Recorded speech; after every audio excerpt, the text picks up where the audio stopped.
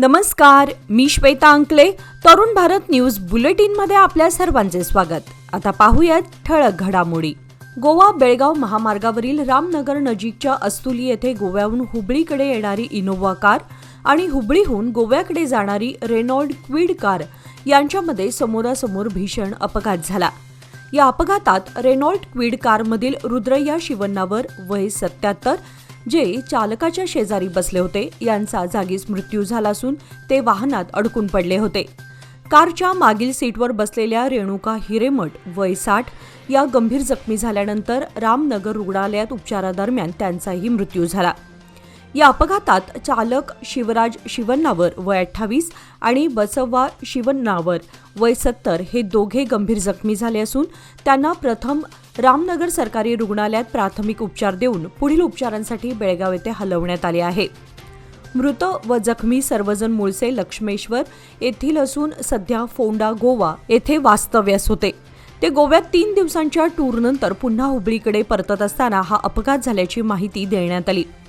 अपघात लोंढा पोलीस स्थानकाच्या हद्दीत झाला असला तरी रामनगर पोलीस स्थानकाचे उपनिरीक्षक नायक व कर्मचाऱ्यांनी तातडीने घटनास्थळी धाव घेऊन जखमींना बाहेर काढत वाहतूक सुरळीत केली. दरम्यान रामनगर भागातील 108 रुग्णवाहिका उळवी येथील जत्रोत्सवासाठी तात्पुरती हलवण्यात आल्याने जखमींना रुग्णालयात दाखल करण्यासाठी अडचणी निर्माण झाल्या. त्यामुळे रामनगर अनमोड भागासाठी मंजूर असलेली 108 रुग्णवाहिका कायमस्वरूपी रामनगर येथे ठेवावी अशी मागणी स्थानिक नागरिकांकडून करण्यात येत आहे. महाराष्ट्राचे उपमुख्यमंत्री अजित पवार यांचा काल विमान अपघातात मृत्यू झाला, ज्यामुळे संपूर्ण राज्यासह देशभरात शोककळा पसरली. आज गुरुवारी बारामतीमध्ये त्यांना अखेरचा निरोप देण्यात आला. काटेवाडी ते बारामती असा त्यांचा अखेरचा प्रवास पहाटेपासून सुरू झाला आणि निरोप देण्यासाठी लाखो नागरिक रस्त्यावर उतरले होते. दादा नावाने लोकप्रिय असलेले अजित पवार त्यांच्या कठोर परिश्रमासाठी आणि पहाटेपासून कामाला लागण्याच्या सवयीसाठी ओळखले जात होते. देशभरातील अनेक राजकीय मान्यवर उपस्थित राहून त्यांनी पार्थिवावर पुष्पचक्र अर्पण करून श्रद्धांजली वाहिली. महाराष्ट्राबाहेरील खासदार कृष्णाजी देवरायू, महसूल मंत्री प्रसाद आणि खासदार CM रमेश, श्रीनिवास रेड्डी यासारख्या नेत्यांनी या कार्यक्रमाला हजेरी लावली होती. महाराष्ट्रातून मंत्री रक्षा खडसे, माधुरी मिसाळ, नीलम गोऱ्हे, अदिती तटकरे, वनमंत्री गणेश नाईक, पंकजा मुंडे, माजी मुख्यमंत्री सुशीलकुमार शिंदे व अशोक चव्हाण, तसेच भारतीय जनता पक्षाचे प्रदेशाध्यक्ष रवींद्र चव्हाण, भारतीय राष्ट्रीय काँग्रेसचे प्रदेशाध्यक्ष हर्षवर्धन सपकाळ, राष्ट्रवादी काँग्रेसचे प्रदेशाध्यक्ष सुनील तटकरे यांच्यासह शशिकांत शिंदे हेही उपस्थित होते. या प्रसंगी उपस्थितांना अजित पवारांनी दिलेल्या शिस्तीच्या मूलमंत्राचे पालन करण्याचे आवाहन करण्यात येत होते. बेळगाव जिल्हाधिकारी मोहम्मद रोशन यांनी खानापूर तहसीलदार कार्यालयाला भेट देऊन तालुक्यातील विविध समस्यांवर आढावा घेतला. यावेळी आमगाव गावाच्या स्थलांतरासंदर्भात महत्त्वपूर्ण चर्चा झाली. जिल्हाधिकाऱ्यांनी आमगावसाठी 2 पर्याय मांडले आहेत. पहिला पर्याय म्हणजे तालुक्यात 100 एकर जमीन मिळेल, मात्र कोणताही मोबदला मिळणार नाही. दुसरा पर्याय म्हणजे आमटे ग्रामपंचायतीमध्ये 30 एकर जमीन मिळेल आणि प्रत्येक कुटुंबाला 15 लाख रुपये मोबदला दिला जाईल. जिल्हाधिकाऱ्यांनी नागरिकांना या पर्यायांवर विचारविनिमय करून निर्णय घ्यावा. आगामी 15 ते 20 दिवसात पुन्हा बैठक घेऊन योग्य तो निर्णय निश्चित केला जाईल असे सांगितले आहे. सध्या आमगावकडे 85 एकर गावातील जागा आणि 60 एकर गावरान जमीन आहे. त्याऐवजी या 2 स्थलांतर पर्यायांचा विचार करण्यात येत आहे.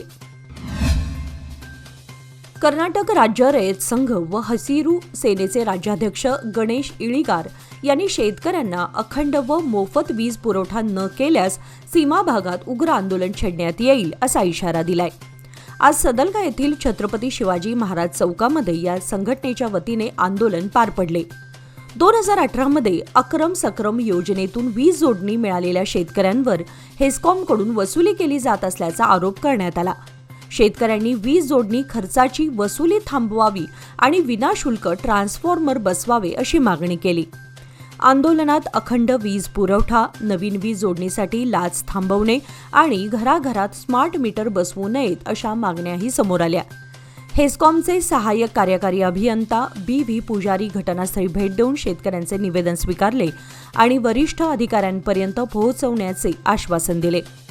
चिकोडी, रायबाग, कागवाड, मुधोळ, गोकाक आणि निपाणी तालुक्यातील शेकडो शेतकरी या आंदोलनात सहभागी झाले, तर गणेश इळीगार यांनी काँग्रेस सरकारवर शेतकऱ्यांवर अन्याय करण्याचा आरोप केला. बेळगुंदी गावातील जागृत देव रवळनाथ यात्रा बुधवारी अत्यंत भक्तिमय वातावरणात पार पडली. मंगळवार दिनांक 27 रोजी यात्रेला विधिवत प्रारंभ झाला आणि सकाळी देव रवळनाथांची पूजा करण्यात आली. मुख्य दिवशी मंदिरात अभिषेक व विशेष अलंकार पूजा पार पडली. तसेच दिवसभर भजन, कीर्तन व धार्मिक कार्यक्रमांचे आयोजन करण्यात आले. मंदिर परिसरात आकर्षक विद्युत रोषणाई आणि फुलांची सजावट करण्यात आली होती, ज्यामुळे परिसर प्रसन्न दिसत होता. दिवसभर भाविकांनी ओटी भरण्याचा कार्यक्रम श्रद्धेने पार पाडला, तर महाप्रसादाचा लाभ हजारो भाविकांनी घेतला. ग्रामस्थ व पंच कमिटीच्या वतीने आलेल्या सर्व भाविकांचे स्वागत करण्यात आले. तसेच परिसरात खेळणी, आईस्क्रीम आणि विविध खाद्यपदार्थांचे स्टॉल उभारले गेले. महिला व बालकांसह संपूर्ण गावातील नागरिकांनी मनसोक्त आनंद लुटत यंदाची यात्रा यशस्वी केली. साहित्य व शिक्षण क्षेत्रात उल्लेखनीय कामगिरी करणारे डॉक्टर प्रभाकर कोरे यांना देशातील सर्वोच्च नागरी पुरस्कारांपैकी पद्मश्री जाहीर करण्यात आला. यामुळे येळ्ळूर गावातील विविध सामाजिक व शैक्षणिक संघटनांनी त्यांच्या निवासस्थानी भेट देऊन त्यांचा सत्कार केला.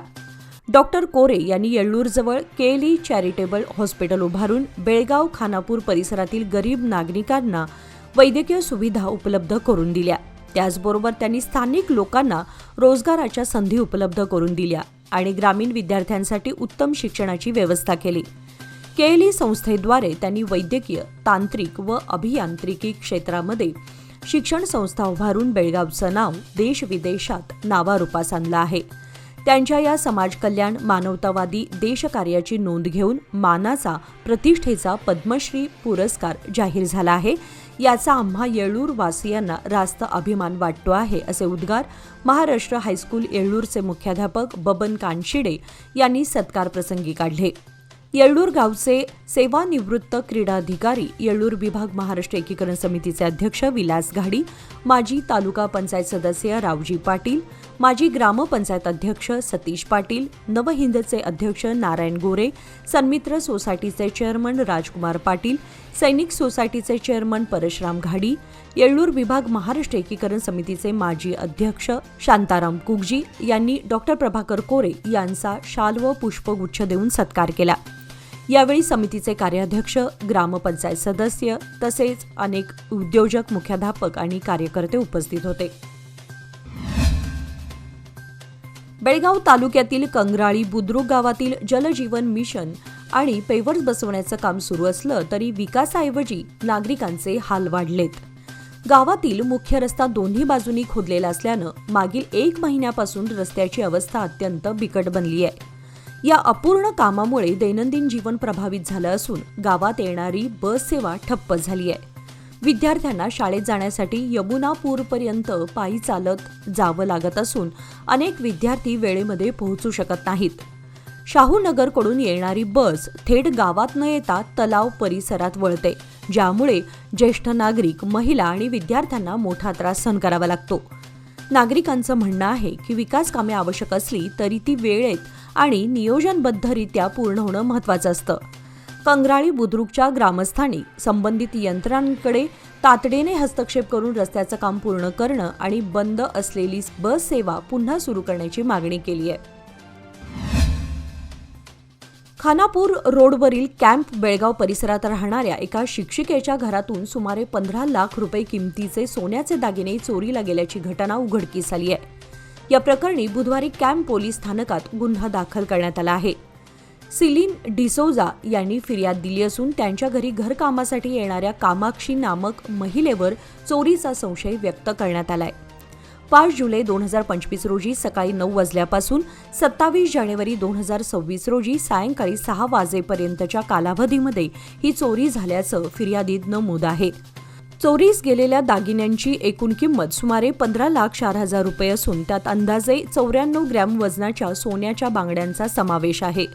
घटनेची माहिती मिळताच कॅम्प पोलीस स्थानकाचे पोलीस निरीक्षक आनंद वणकुद्रे यांनी पथकासह घटनास्थळी भेट देऊन पंचनामा केला. कॅम्प पोलीस या प्रकरणाचा पुढील तपास करत आहेत. महाराष्ट्राचे उपमुख्यमंत्री व राष्ट्रवादीचे नेते अजितदादा पवार यांचे बुधवारी 28 जानेवारी रोजी सकाळी 9:30 वाजता विमान अपघातात दुःखद निधन झाले. या धक्कादायक निधनामुळे महाराष्ट्र शोकसागरात बुडाला तर सीमा भागातील माणूसही दुःखसागरात कोसळलाय.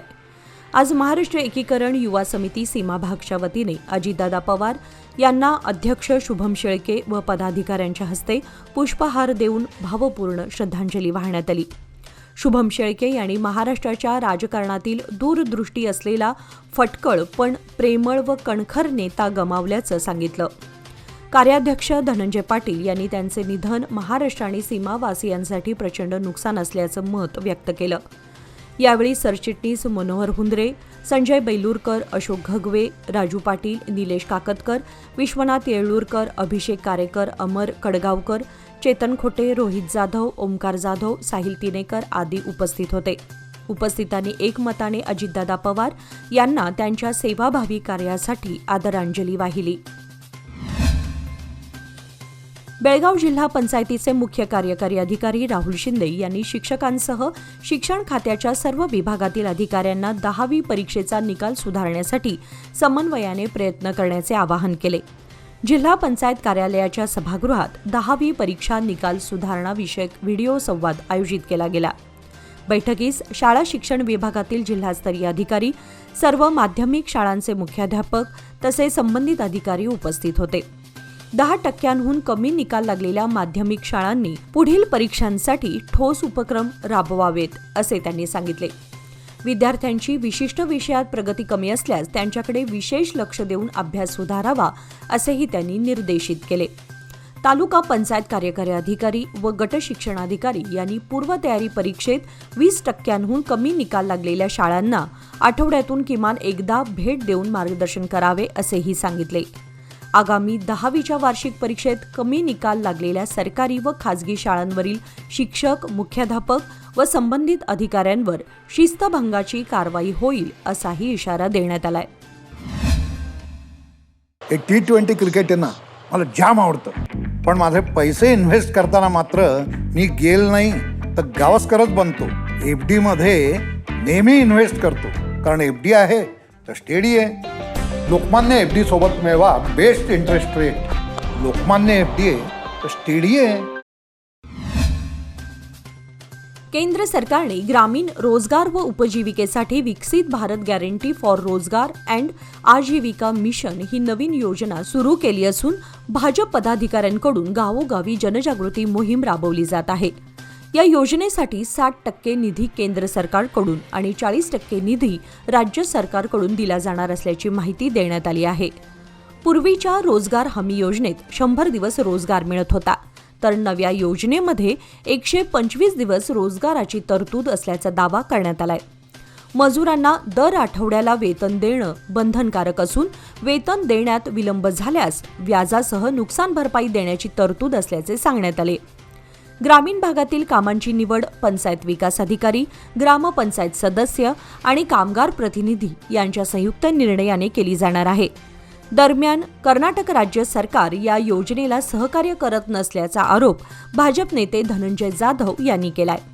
या पार्श्वभूमीवर भाजप कार्यकर्त्यांनी रोजगार हमी योजनेत काम करणाऱ्या महिलांना भेट देत जनजागृती मोहीम सुरू केली असून अनेक महिला कामगारांनी योजनेला पाठिंबा दर्शवल्याचे आयोजकांनी सांगितले. राज्यातील महानगरपालिकांच्या निवृत्त कर्मचाऱ्यांच्या संघटनेतर्फे बेळगावमध्ये राज्यस्तरीय सर्वसाधारण सभा आयोजित करण्यात आली होती. बेळगावच्या सदाशिवनगर येथील रेड्डी भवन येथे झालेल्या सभेचे अध्यक्षस्थान संघटनेचे अध्यक्ष वीरभद्र शिंपी यांनी भूषवले. त्यांनी बोलताना म्हटले की महानगरपालिका कर्मचारी आयुष्यभर प्रामाणिकपणे समाजसेवा करतात, मात्र निवृत्तीनंतर वेतन, पेन्शन आणि मूलभूत सुविधांमध्ये त्यांना अडचणी भेडसावत आहेत. संघटनेच्या सातत्यपूर्ण पाठपुराव्यांमुळे 248A सेवांचा लाभ निवृत्त कर्मचाऱ्यांना लागू करण्यात आला असल्याचे त्यांनी नमूद केले. उर्वरित समस्यांवर सर्वांनी एकजुटीने लढा द्यावा असेही ते म्हणाले. सभेला बेळगाव महानगरपालिका निवृत्त कर्मचारी संघटनेचे अध्यक्ष नागनगौडा SB आणि अनेक पदाधिकारी उपस्थित होते.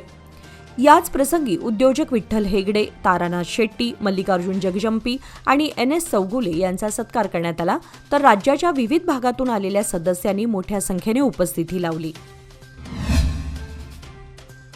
कर्नाटक गोवा सीमेवरील चोरला घाटामध्ये ऑक्टोबर 2025 मध्ये झालेल्या 400 कोटी जुन्या रुपयांच्या दरोडा प्रकरणात महत्त्वाची घडामोड समोर आली आहे. अपहरणातून सुटका झालेल्या संदीप पाटील यांनी नाशिक पोलीस तपास करत असून कर्नाटक पोलिसांकडेही अधिकृत तक्रार देण्याची तयारी दर्शवली आहे.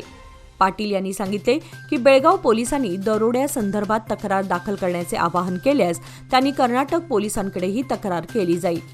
जयेश कदम यांच्या माहितीप्रमाणे हा दरोडा कर्नाटक हद्दीतच झाला असल्याचा दावा केला जात आहे. 16 ऑक्टोबर 2025 रोजी जुन्या 2000 रुपयांच्या नोटांनी भरलेले 2 कंटेनर गायब झाल्याची तक्रार नोंद झाली आहे. विराट गांधी, विशाल नायडू, जयेश कदम, सुनील धुमाळ आणि किशोर सावळा यांच्यासह इतर काही नावे या प्रकरणात चर्चेत असून दुबईत अंमली पदार्थ तस्करीचा खोटा आरोप करून अडकवण्याचा आरोपही समोर आला आहे. संपूर्ण प्रकरणाचा तपास आता बहुराज्यीय पातळीवर होण्याची शक्यता वर्तवली जात आहे. बेळगाव तालुक्यातील आंबेवाडी गावातील सरकारी प्राथमिक मराठी शाळेच्या प्रवेशद्वारात प्रतिष्ठापित होणारी सिंहासनाधीष्ट श्री छत्रपती शिवाजी महाराजांची नूतन मूर्ती रविवार दिनांक 1 फेब्रुवारी 2026 रोजी अनुगोळ येथून सवाद्य मिरवणुकीने आणली जाणार आहे. अनुगोळ येथील मूर्तिकार विक्रम जे पाटील यांनी अवघ्या 8 महिन्यात सदर मूर्ती साकारली असून याची अंदाजे किंमत 15 लाख रुपये इतकी आहे. मूर्तीच्या प्रतिष्ठापनेसाठी उभारण्यात आलेल्या चौथऱ्यासाठी 12 लाख रुपये खर्च झाला असून एकूण खर्च सुमारे 27 लाख अपेक्षित आहे.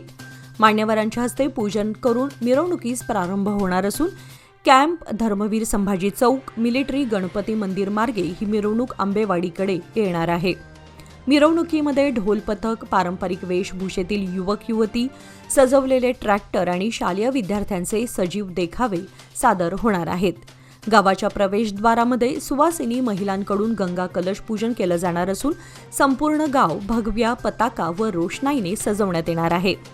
मूर्तीची प्रतिष्ठापना रविवार दिनांक 7 फेब्रुवारी 2026 रोजी दिवसभर चालणाऱ्या धार्मिक व सांस्कृतिक कार्यक्रमात पार पडणार असून सहभागी होऊ इच्छिणाऱ्या युवकांनी मंडळाचे अध्यक्ष संजय तरळे यांच्याशी संपर्क साधावा असे आवाहन करण्यात आले आहे. महाराष्ट्राचे उपमुख्यमंत्री अजित पवार यांना बेळगावमध्ये अनोख्या पद्धतीने श्रद्धांजली वाहण्यात आली. येथील कलाकार अजित औरवाडकर यांनी आकर्षक रांगोळीच्या माध्यमातून अजित पवार यांचं चित्र साकारलं आहे. रंगांच्या सुंदर संगमातून तयार केलेली रांगोळी परिसरातील नागरिकांचं लक्ष वेधून घेत होती. उपस्थितांनी बारकाईने केलेल्या चित्रणाचं कौतुक केलं आणि या कलाकृतीला भावनिक मोल दिला. अजित औरवाडकर यांनी सांगितले की आपल्या आवडत्या नेत्याबद्दल आदर व्यक्त करण्यासाठी त्यांनी हा वेगळा मार्ग निवडला. ते असेही म्हणाले की समाजातील घडामोडींवर कला प्रभावी माध्यम ठरू शकते. रांगोळी पाहण्यासाठी नागरिकांनी मोठ्या संख्येने गर्दी केली आणि या उपक्रमाचं उत्साहाने स्वागत केलं. बेळगाव येथील समादेवी गल्लीमध्ये श्री समादेवी संस्थान, वैश्यवाणी समाज, वैश्यवाणी युवा संघटना आणि वैश्यवाणी महिला मंडळ यांच्या वतीने वार्षिक जन्मोत्सव सोहळा आणि देवी दरबार उद्घाटन गुरुवारी मोठ्या उत्साहात पार पडले. उद्घाटन समारंभ प्रमुख पाहुण्या प्राध्यापक शालिनी चौगुले यांच्या हस्ते दीपप्रज्वलन आणि फीत कापून करण्यात आले. यावेळी व्यासपीठावर वैश्यवाणी समाजाचे अध्यक्ष महादेव गावडे, सचिव विनायक शहापूरकर, वैश्य युवा संघटना अध्यक्ष प्रवीण पिळणकर, सचिव रुपेश बापशेट, महिला मंडळ अध्यक्षा वर्षा सटवानी, उपाध्यक्षा शुभांगी देवलापूरकर आणि सचिव मंजुषा देवलापूरकर आदी उपस्थित होते. प्रारंभी महिला मंडळाच्या सदस्यांनी स्वागत गीत सादर केले. प्रमुख पाहुण्या प्राध्यापक शीतल चौगुले यांनी मी भारत माता या विषयावर आत्मकथन सादर केले. यावेळी विश्वस्त सुरेश पिळणकर, सुधीर मदली, राकेश कलघटगी, उपाध्यक्ष राहुल गावडे व इतर मान्यवर तसेच वैश्यवाणी समाजाचे बंधू भगिनी मोठ्या संख्येने उपस्थित होते. कार्यक्रमादरम्यान भक्तिमय वातावरणात उत्साहपूर्ण कार्यक्रमांचे आयोजन करण्यात आले. निपाणी शहर पोलीस ठाण्यामध्ये आयोजित सराफा व्यावसायिकांच्या बैठकीमध्ये सीपीआय BS तळवार यांनी नियमांचे काटेकोर पालन करण्याचे आवाहन केले. बैठकीमध्ये निपाणी व परिसरातील सराफ व्यावसायिक मोठ्या संख्येने उपस्थित होते. तळवार यांनी सांगितले की कर्नाटक सरकारच्या नियमांनुसार दुकानांमध्ये CCTV बसवणे, रोख रक्कम घेताना सावधगिरी बाळगणे आणि अत्याधुनिक अलार्म सिस्टीम सुरू ठेवणे आवश्यक आहे. त्यांनी सराफ दुकानांमध्ये जास्त रक्कम ठेवू नयेत, योग्य सुरक्षारक्षक नेमावेत आणि संशयास्पद हालचाली दिसल्यास त्वरित पोलीस संपर्क साधावा असेही सांगितले. बैठकीमध्ये निपाणी ग्रामीण पोलीस ठाण्याचे उपनिरीक्षक शिवराज नाईकवाडी आणि बसवेश्वर चौक पोलीस ठाण्याचे उपनिरीक्षक रमेश पवार उपस्थित होते. सराफ व्यावसायिकांनी आपल्या शंकांचे निरसन केले आणि नियम पालनासंदर्भात मार्गदर्शन घेतले. शेवटी आभार निपाणी शहर पोलीस ठाण्याचे उपनिरीक्षक शिवानंद कारजोळ यांनी मानले. कर्नाटकाचे महिला व बालकल्याण मंत्री लक्ष्मी हेब्बाळकर यांनी महिलांवरील आणि बालकांवरील हिंसाचार रोखण्यासाठी अक्का पथक स्थापन केल्याची माहिती दिली. हे पथक दिवसातून 12 तास गस्त घालून तात्काळ कारवाई करेल.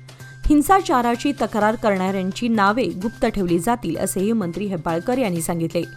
गेल्या वर्षी 28 नोव्हेंबरपासून अक्का पथक सुरू करण्यात आले आहे आणि ते सर्वत्र गस्त घालत आहे.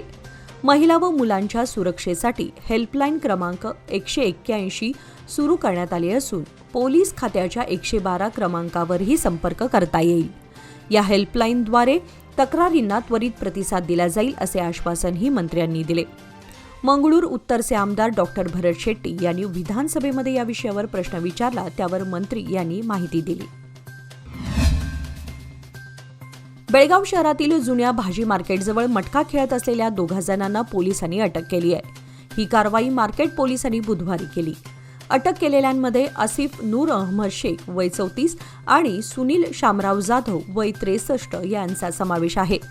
या प्रकरणी तिघांवर FIR नोंदवण्यात आला असून आरिफ शहापुरी हा फरार आहे. अटक केलेल्या दोघांकडून 1,490 रुपये रोख रक्कम आणि मटक्याच्या चिठ्ठ्या जप्त करण्यात आल्या आहेत. ही कारवाई मार्केटचे पोलीस निरीक्षक JM कालीमिर्ची यांच्या मार्गदर्शनाखाली पोलीस उपनिरीक्षक विठ्ठल हावण्णवर आणि त्यांच्या सहकाऱ्यांनी केली. पोलीस या प्रकरणाचा पुढील तपास करत आहेत. सोनट्टी तालुका बेळगाव येथे पोलिसांनी गावठी दारू वाहतूक करण्याच्या तयारीत असलेल्या नागराज भीमाप्पा करवीन कोप्पी याच्याकडून 60 लिटर दारू जप्त केली आहे. या प्रकरणी कर्नाटक अबकारी कायदा कलम 32 व 34 अन्वये FIR नोंदवण्यात आलाय. दारू प्रत्येकी 20 लिटरच्या 3 ट्यूबमध्ये साठवलेली होती. काकतीचे पोलीस उपनिरीक्षक मृत्युंजय मठत व त्यांच्या सहकाऱ्यांनी 27 जानेवारी रोजी छापा टाकला. पोलिसांना पाहताच नागराज घटनास्थळावरून पसार झाला. जप्त केलेल्या दारूची किंमत सुमारे 6,000 रुपये आहे. पोलीस या प्रकरणी पुढील तपास करत आहेत. अनगोळ येथे श्री विश्वकर्मा 2026 क्रिकेट ट्रॉफी स्पर्धेचे यशस्वी आयोजन करण्यात आले होते. या स्पर्धेमध्ये सुमारे 16 संघांनी सहभाग नोंदवला आणि क्रीडाप्रेमींसाठी रोमांचक सामने रंगवले. स्पर्धेचा अंतिम सामना अत्यंत चुरशीचा झाला.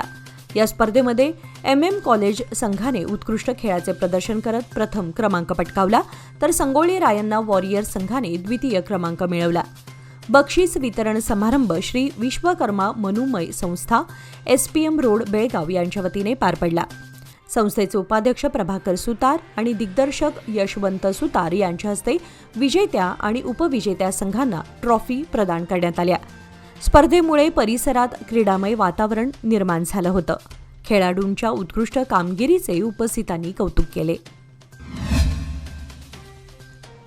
बेळगाव शहरामध्ये महानगरपालिकेकडून इंदोर मॉडेलच्या धर्तीवर स्वच्छता अभियान राबवलं जात असल्याचं जाहीर केलं जात असलं तरी प्रत्यक्ष परिस्थिती वेगळी दिसून येतेय. गुडशेड रोड परिसरामध्ये मोठ्या प्रमाणावर कचरा साचला असून त्यातून येणाऱ्या दुर्गंधीमुळे नागरिक त्रस्त झालेत. या मार्गावरून दररोज शेकडो नागरिक रेल्वे स्थानकात ये-जा करतात, त्यामुळे अडचणी वाढल्या आहेत. नागरिकांनी या रस्त्याचे उपहासाने गार्बेज शेड रोड असं नाव ठेवावं अशी प्रतिक्रिया व्यक्त केली जात आहे. स्वच्छतेच्या नावाखाली फक्त घोषणाबाजी न करता प्रभावी व कार्यक्षम यंत्रणा राबवण्याची गरज असल्याचं मत व्यक्त केलं गेलंय. परिसरातील ज्येष्ठ नागरिकांनी आपल्या घरातील कचरा फेकताना कचरा कुंडीतच टाकण्याचं आवाहन केलं आहे. नागरिकांनी महापालिकेच्या स्वच्छता व्यवस्थेवर प्रश्न उपस्थित करत तातडीने ठोस उपाययोजना करण्याची मागणी केली आहे. जेव्हा प्रकाश स्वतः अंधारात बदलतो आणि तरुण आत्म्यांना आपली बाजू निवडावी लागते तेव्हा काय घडते? इंडस आल्टम इंटरनॅशनल स्कूल आपल्या प्रेक्षकांसमोर द डार्क लाईट नावाचे रहस्यमय आणि महाकाव्य नाट्य सादरीकरण सादर करणार आहे. हा सांस्कृतिक कार्यक्रम शुक्रवार दिनांक 30 जानेवारी 2026 रोजी संध्याकाळी 6 वाजता इंडस आल्टम इंटरनॅशनल शाळेच्या मुख्य कॅम्पस ऑडिटोरियममध्ये संपन्न होईल.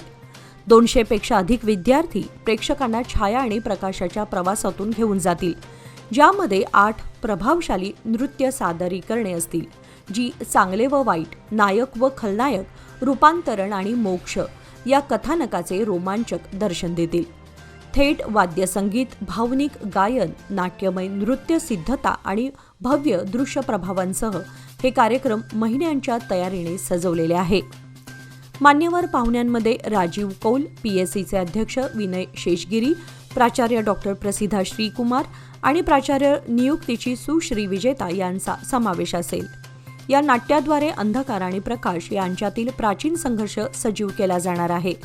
प्रेक्षकांना आपला आत्मधैर्याची निवड करेल की समर्पणाची, याचे उत्तर रंगभूमीवर पाहायला मिळेल. तसेच हा कार्यक्रम तरुण भारत डिजिटल मीडियाद्वारे यूट्यूब तसेच फेसबुक पेजवर थेट प्रक्षेपित केला जाणार आहे, याची नागरिकांनी नोंद घ्यावी असे कळवण्यात आले आहे. याचबरोबरचे बातमीपत्र इथे संपले. अधिक माहिती आणि ताज्या घडामोडींसाठी पाहत रहा तरुण भारत न्यूज चॅनल. तसेच आमच्या चॅनलला लाईक, शेअर आणि सबस्क्राईब करायला विसरू नका. आणि विश्वासार्ह बातम्यांसाठी दररोज वाचा दैनिक तरुण भारत. धन्यवाद.